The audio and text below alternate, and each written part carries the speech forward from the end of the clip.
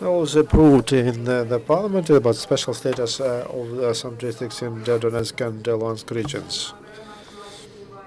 Iryna Gerashchenko, Member of Parliament, envoy of the Ukraine's President for conflict settlement in Donetsk and Luhansk region. Iryna will brief us on the laws that have been adopted by Verkhovna Rada of Ukraine on special status of Donetsk and Luhansk regions. Прошу, пані Ірино.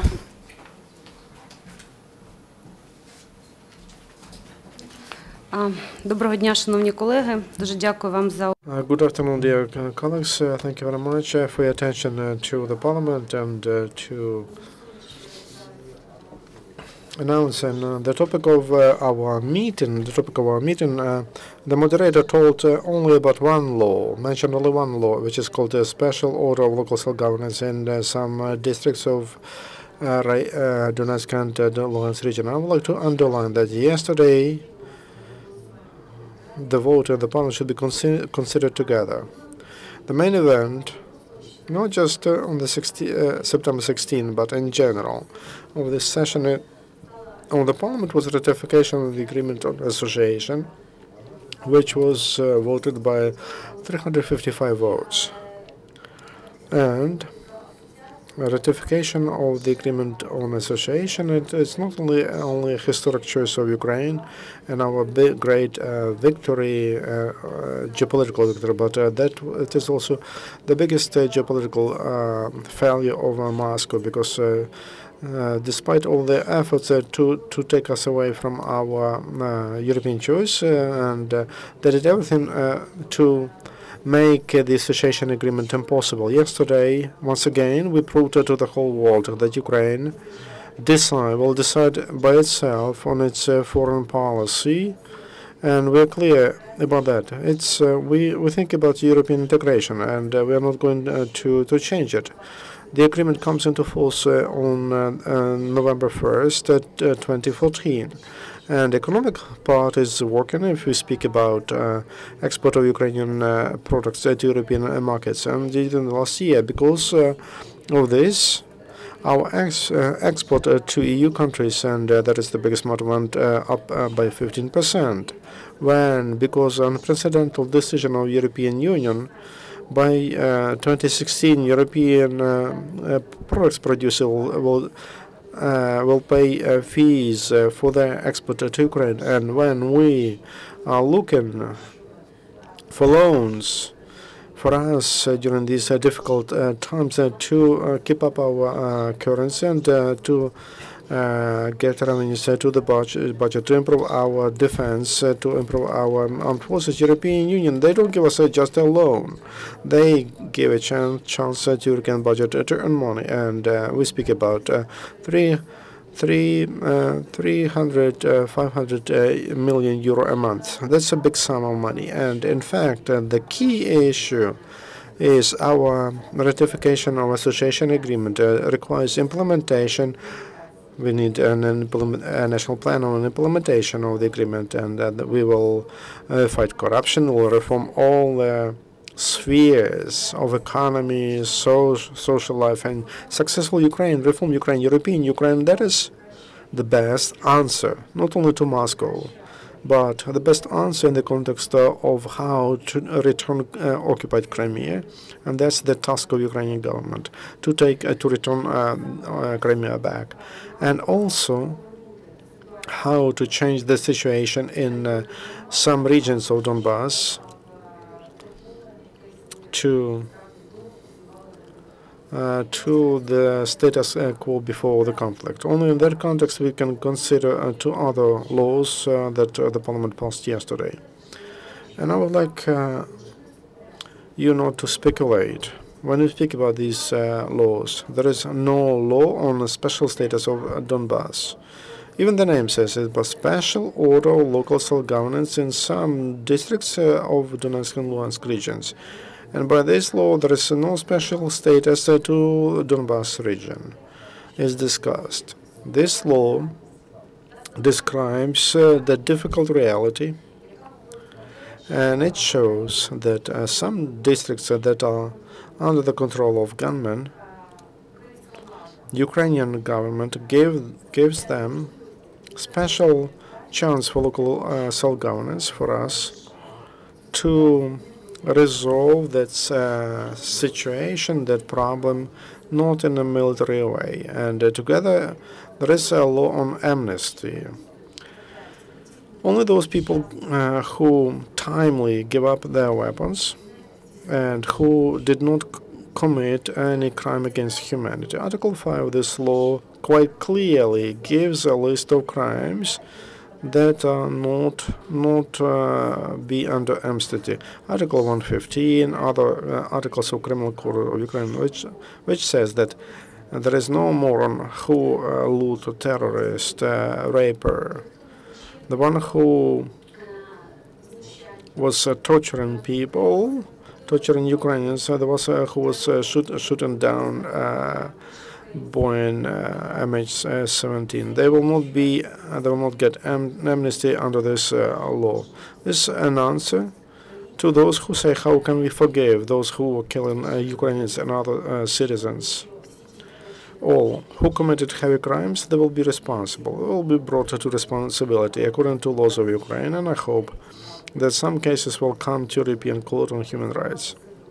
Ukrainian government will do everything to prepare such claims, and the Ministry of Justice prepares a number of claims, and they prepared already them to international courts as to the country aggressor, and it's about losses. We have not only during occupation of Crimea, but also everything in the east, where regular armed forces of Russia destroyed our infrastructure of that region, just for us to have such a wound in that region, and to which we'll have to invest some money from our budget, where our best patriots die, etc. I wanted to tell you that during the author of these laws, the President of Ukraine, he spoke to the MPs in the parliament.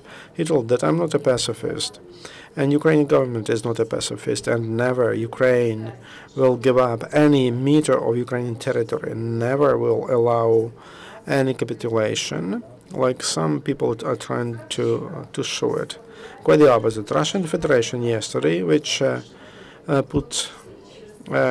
did everything, put all obstacles on the road to Euro integration. They lost geopolitical yesterday, but in that reality in the east of Ukraine, then some districts of Donbass are under occupation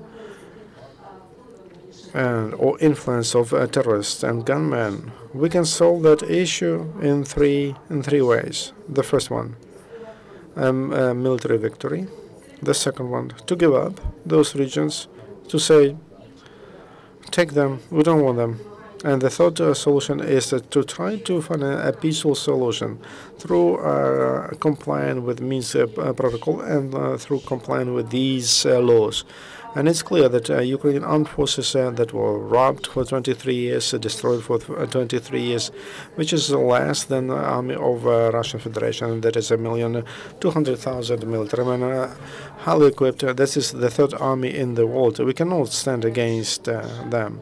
Our armed forces showed great success in defending the territory of Ukraine. You understand, when it was about some entertainment troops of gunmen, that story would be over a long time ago.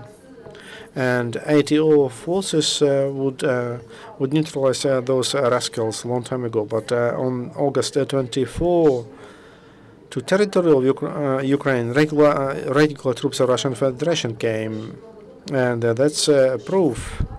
And under such conditions, Ukrainian armed forces, we could throw thousands of our best lives, all our ammunition. Is it the price we want to pay? Under such conditions, Ukraine wants victory, but victory not through something priceless, but through preservation of life of our military men, and keeping our civilians alive, and keeping our sovereignty and territorial integrity. That's why peaceful negotiations and diplomatic dialogue is the only way for us. And even opponents of the President of Ukraine They support this idea.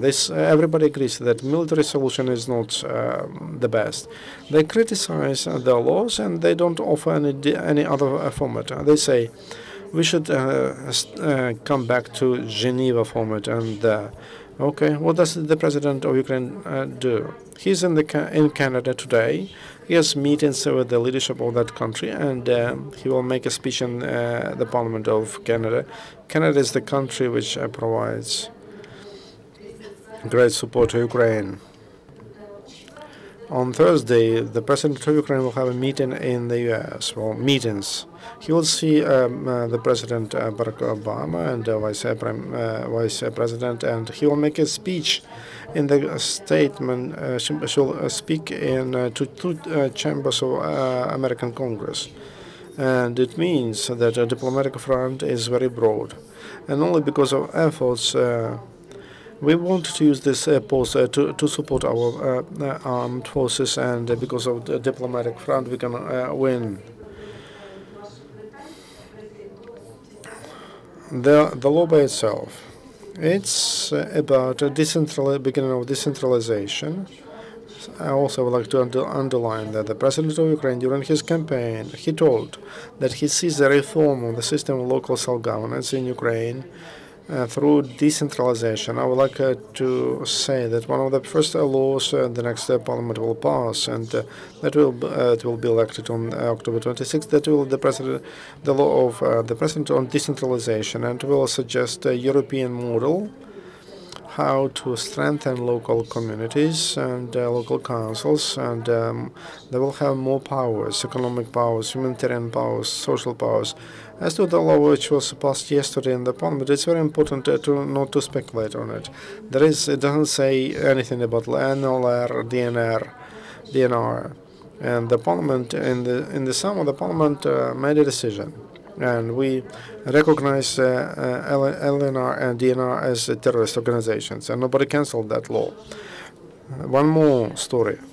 3 months ago, a leader of the neighboring country told some unexisting stories about new Russia. There is no such a word here. We speak about some specifics, and this is the lot for 3 years. Within three years, it says that elections in these districts should be on December 7. The question is how, according to the laws of Ukraine, under OSCE, and they're not allowed to those territories. And now, if we look at the Minsk Protocol, it says clearly that there should be monitoring of the border between Ukraine and Russia, and OSCE must monitor, and we demand that mission to become much bigger. And it's very important to understand that on that territory, Ukrainian citizens should be protected. What kind of financial support will we provide? It doesn't say anything how that issue will be solved. The law only just gives an idea, and then the government should approve that in the budget through sub-laws. Ukraine is not going to finance militants and terrorists, but on the territory of Donbass, there are disabled people, pensioners, children, orphans, and social categories, and they're citizens of Ukraine, and we are obliged and probably have to stick to those commitments because we are a civilist European country. I don't think anyone have a question. Anyone can say those are not our pensions. We don't know what it is about. Those people were paying their taxes to Ukraine. Ukraine will pay the pensions to them. And I would like to underline that's the ideology and logic of the laws passed yesterday by the Parliament of Ukraine. The law provides that gradually they will come under the control of Ukrainian government, and also there will be a certainty. It's not the question of one day. That's why it speaks about 3 years. It's a very important point in Minsk Protocol. Minsk Protocol, 12 points. The first one It was about ceasefire. We comply. The other side is violating that every day. We provide that information to CE, to international partners. What for? To strengthen pressure on the aggressor and for diplomatic front to be tougher and for them to strengthen their sanctions. Second point, liberation of refugees. SBU has a special center and 2,400 are registered and as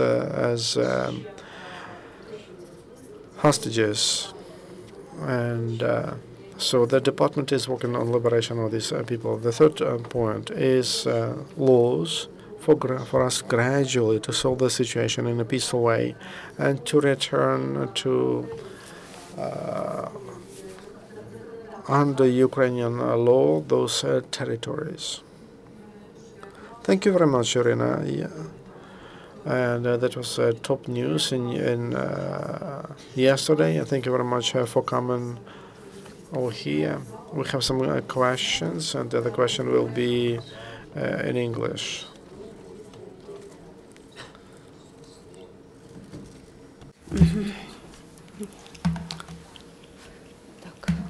Начебто включили, будь ласка.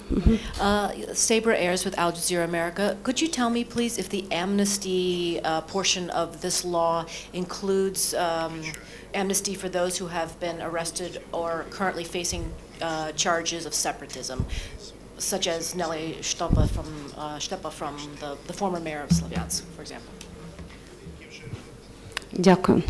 Я хочу I would like to underline that ATL forces liberated 80 towns in Donbas region, 16 districts of the Donetsk region, and 18 districts of Luhansk region. And it means that on those territories we have Ukrainian law and Ukrainian criminal code. Stepa was arrested and accusation is very serious. And that's why she is detained and she gives evidence to Ukrainian security service and she will face the charges according to Ukrainian laws. It's important because we don't want other mayors to open doors of the cities to terrorists and separatists. You know, I visit ATO area every week. It's so interesting. It's my observation. Kramatorsk, for example, destroyed. Now it's under Ukrainian law, but it's all in weeds, dirt, dust. Why?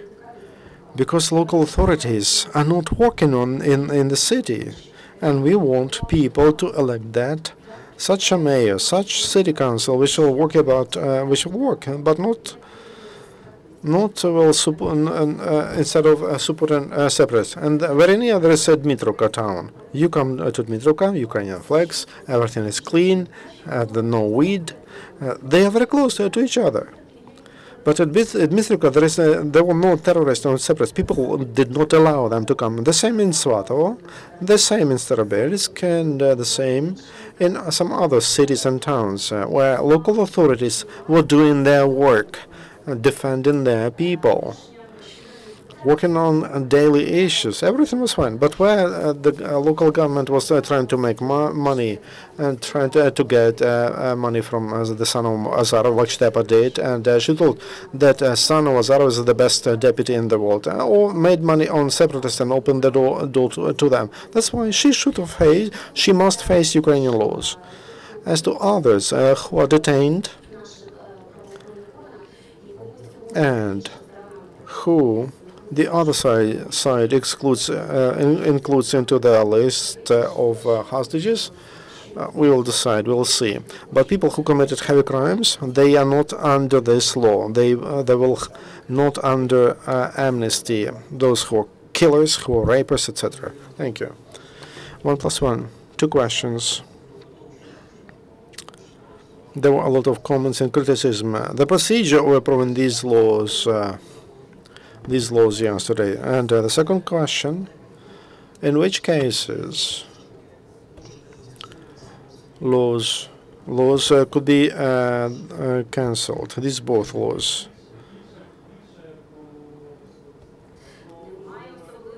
There is no special status. Don't scare people. Don't set panic. It's about local self-governance. As to the procedure of that morning session in the parliament yesterday, the decision was approved by leaders of parliamentary functions. I don't belong to them, so I cannot comment their decision. Why they decided to have a closed vote? Only probably because at the beginning of that meeting, absolutely openly, and important information was provided by General Muzhenko and also the President of Ukraine, who provided the situation in the armed forces of Ukraine and about plans for military budget and how we are going to improve defense capabilities. And there is no country in the world where such issues are made public. Despite the fact that we have the fifth column, and they are probably reporting to Kremlin today. But anyways, such issues are not discussed openly. As to draft laws that were approved that was the decision of the leaders of factions. As an MP, I don't know whether it's will be good if I comment on decision of leaders of factions, but these are not easy laws. They are not easy laws, and the president asked all MPs before that, all MPs in the parliament. He provided information to them about the real situation, how he sees how to improve our defense.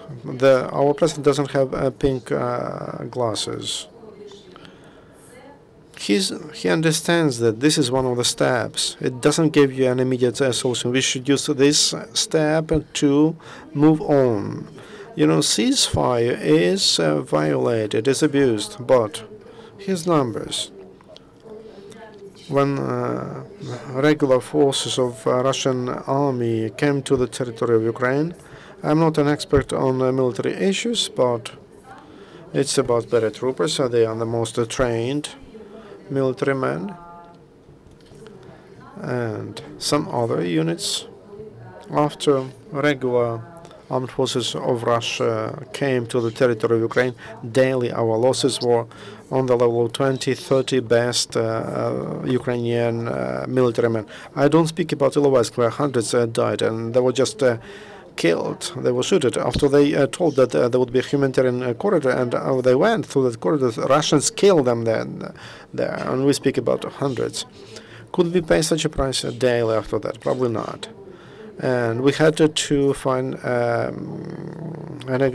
an agreement, and it's not capitulation. It's not true. Doesn't say anything about that we give up sovereignty of Ukraine.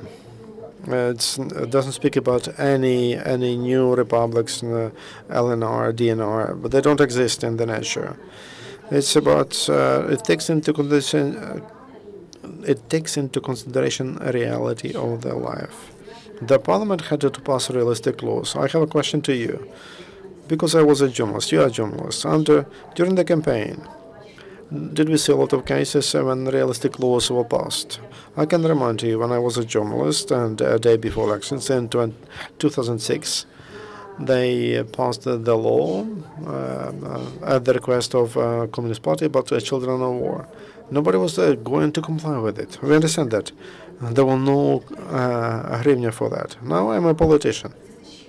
Since 2007, I'm in the parliament. There was no such a meeting with voters where old people, in all the meetings, old people come and say, "Why don't you pay money to us? Because we are children." I tell them that they passed that law a day before election just to buy your votes, and they didn't have money to pay that. This is a very good example how during the campaign there is not just a law, but it's a PR campaign. These are laws which allow to have very fragile peace in Ukraine. We have such a chance. We should use it. and conditions of the campaign. I don't know. I don't know what else could help us, but nobody excludes that a dream of Moscow yesterday. I will try to speak a diplomatic language.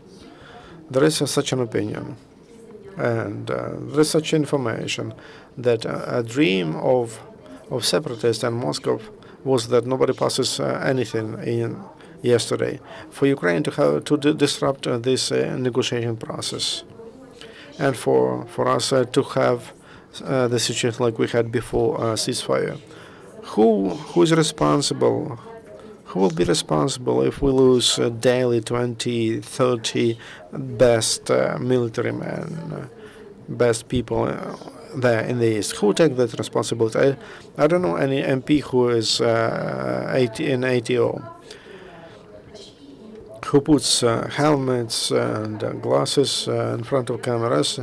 I know about 30 of such MPs who go just to show off.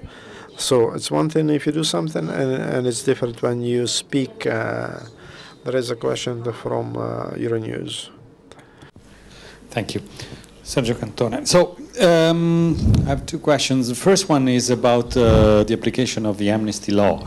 How effective could that be? Because anyway, as far as I can understand, according to the draft of this special status law, the areas controlled by the gunmen will have their own courts, their own justice system, their own militia, their own police. So how to enforce a law on amnesty when you said before that there will be a selection between gunmen who are responsible for humanitarian violation, humanitarian law violation, and humanitarian crimes. So how will you get them? How will you judge them if, legally speaking, this area have their own legal full independence? First question. And second question is always about this, the same issue, this law.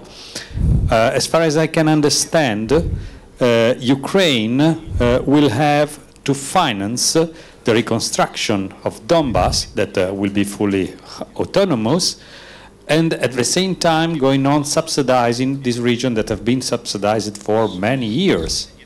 So that's going to be a huge burden for the Ukrainian budget.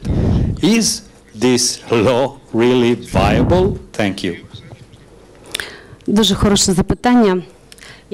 Thank you very much for your questions. Very good questions. And but I know that you work a lot in Ukraine, and you are a very good expert on Ukrainian issues. In general, the issue of Ukrainian judiciary, it's a problem. It's a Ukrainian courts. It's not a problem only in that region. Recently, there was such an awful case in Kiev region when a killer, Lozinsky, who spent only two years, who killed just a common man. They almost allowed him to get out because he had some little problem with his health. What does it say? We need to have a judicial reform. As an MP.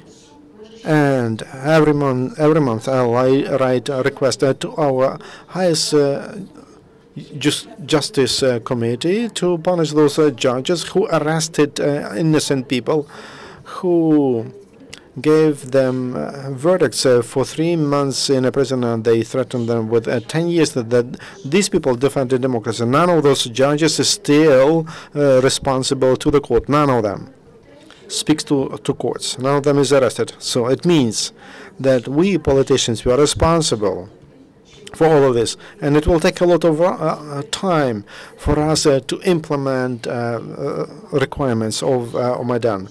This parliament was dismissed because it didn't support reforms, including in the judiciary. If we speak about Donbass region, this is it was just a park of illegalness or lawfulness. If the deputies by districts, Lusha Zarov, he lives in Vienna. He came on charter flight to Slaviansk, and he was an MP elected from Slaviansk. What kind of judiciary could there be? They were buying votes. So this is a huge problem. You cannot consider it separate. You cannot say we cannot say that everything is fine all over Ukraine. Only there it's a problem. No, it's not true. Ukrainian politicians, according to ratification of the agreement on association, now they are obliged to run reforms, including judiciary, corruption fight, prosecutors. We go to MPs and go to prosecutors, and you will see what they have there. The parliament passed a very important law on lustration yesterday. It's important that we implement that law. Lustration for me doesn't mean that to put into a dumpster an MP from the party origin. Lustration is that he goes to the political dumpster. And who will be judges in those regions? The same people. Approximately the same people will be judges. And policemen who gave up that region to separatists, they gave up even their weapons. The same people will be in police. But those districts, they should see the development of Ukraine according to the association agreement. The situation in life will change on the road to EU. They will run away from there. I mean, not physically, but the sooner we improve our life, the sooner they get under Ukrainian rule, under Ukrainian law. So everything depends not only on that law. Yeah, you are correct. I share your opinion. We have a Budapest memorandum who guaranteed to Ukraine our defense. It was not just violated or abused. The country that signed it says, "What are you talking about? What kind of memorandum are you talking about?" It's clear that this law is very fragile to establish peace, but we have to do it step by step. There is no other way. This is the answer for your first question. And the second one about what was your second question? The procedure? Must finance the reconstruction. Гроші, реконструкція. Look, first of all, Ukraine will rebuild infrastructure in those districts which are returned to Ukraine and which are under Ukrainian rule. I visit AT area every week. Russia did not have such a goal to occupy two more depressive regions, and their goal was to create such a pain for many years. They destroyed bridges. They were shelling on hospitals, on schools. Those, that infrastructure which we need. Roads are awful there, and not tanks and BTRs were destroyed.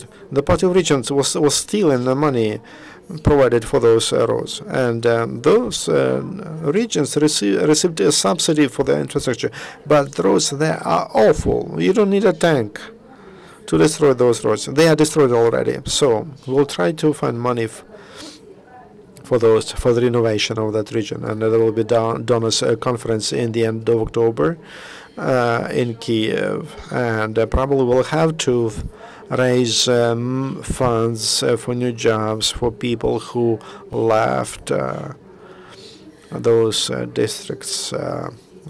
We have 280,000 IDPs, and we're trying to take care of them. And about those districts, you're absolutely right that a lot of subsidies, billions of hryvnia went to mining programs, but miners have not received anything from those programs. There were MPs from the party of region, they who own those mines and who are in the parliament, they got that money. So we'll not subsidize those programs anymore. We'll try to support miners in a different way. Those money will not be taken from the budget of Ukraine by the party of region, and Ukraine will not feed separatists and terrorists. But we will have programs. We, as a European country, we will have to finance the support. We'll need to finance our pensioners and our disabled. A man, 900. There are about half of people who cannot leave from Donetsk. Mostly all of them are pensioners, disabled, and we were able to take people to take orphans from Lugansk. And if you are interested, I can introduce you to children, to teenagers, orphans from the Donbass. They are 15, 16 years old, and they will tell you how they did not allow them to leave to Ukraine. They forced them to go to Russia. And these teenagers told them, we don't want to go to Russia. And now they are near Slaviansk. And these are real stories we have to speak about. And that's why we'll rebuild Ukrainian Donbass and those Rayon districts. There will be special programs for them. We will have a lot of discussions about that. Sorry for my long answers, but I would like to give you a broader picture for better understanding. Do you believe that representatives of that People's Police will investigate heavy crimes against Ukrainians? Can you say to IDPs that they can go back? Can you give guarantees? How do you see elections on those territories? Do you recognize them as free? You know, I answered your question during last half an hour. I will repeat myself again. I want Donbass to hear us, not for us only to hear Donbass, but I want Donbass to hear us also. Ukrainian authorities do everything possible for Ukrainian law to come back to their territory.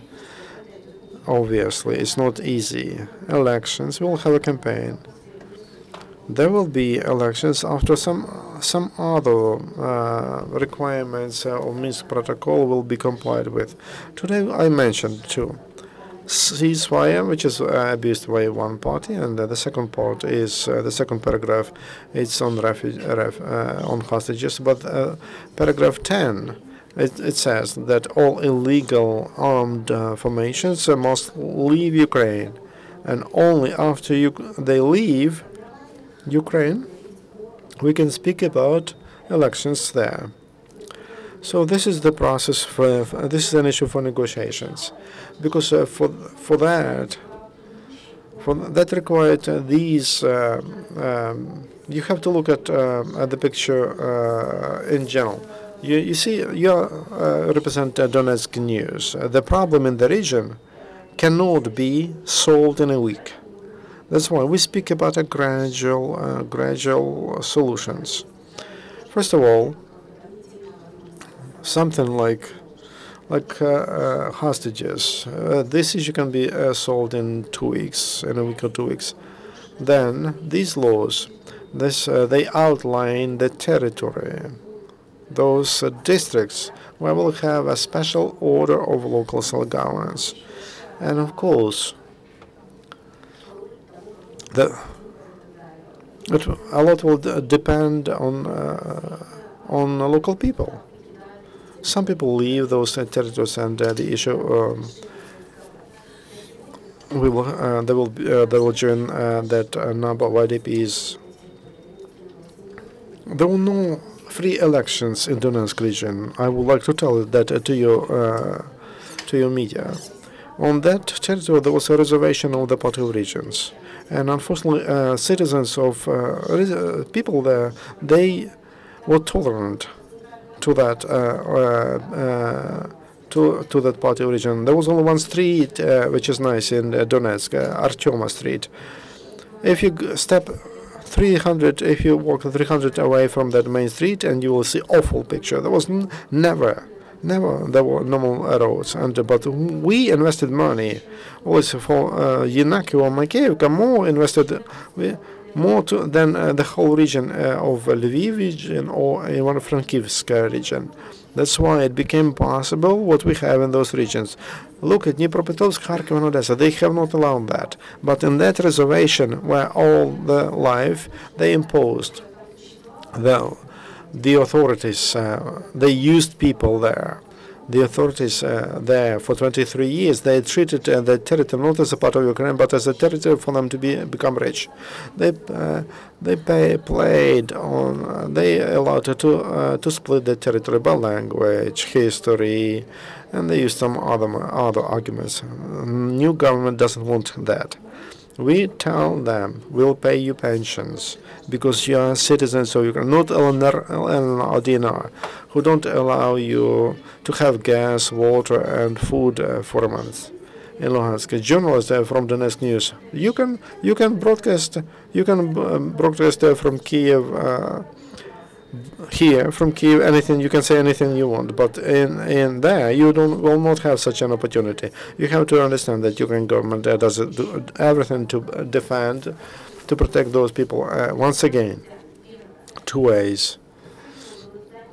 We improve the defense capability of our armed forces for them to be able to defend Ukraine. And our budget will be focused on that, and all our efforts will be focused on that. Daily, we strengthen a diplomatic front. A month ago, you could not believe that there would be a third wave of sanctions. It was not a realistic 3 months ago. Now it's a reality. Our president today, with his colleagues, European, American leaders, says, look, you don't want to send your troops to defend Ukraine, okay, but to defend Europe, European Union, European values, and international law, we must do that together. That's why help where you can through sanctions, and there's a pressure to defend euros. We don't divide our citizens into citizens of Kiev or Donbass. It seems to me that Ukraine doesn't feel secure when we have a country which is an aggressor, and when we understand that all of that is a very fragile thing, and nobody says safe in Kiev, and coffins with our guys will come to Cherkasy, Kiev, Vilnius. Is it security? That's why I tell you that nobody is secure in Ukraine, not only Donbass. That's why Kiev and Ukraine do everything possible to defend all Ukraine.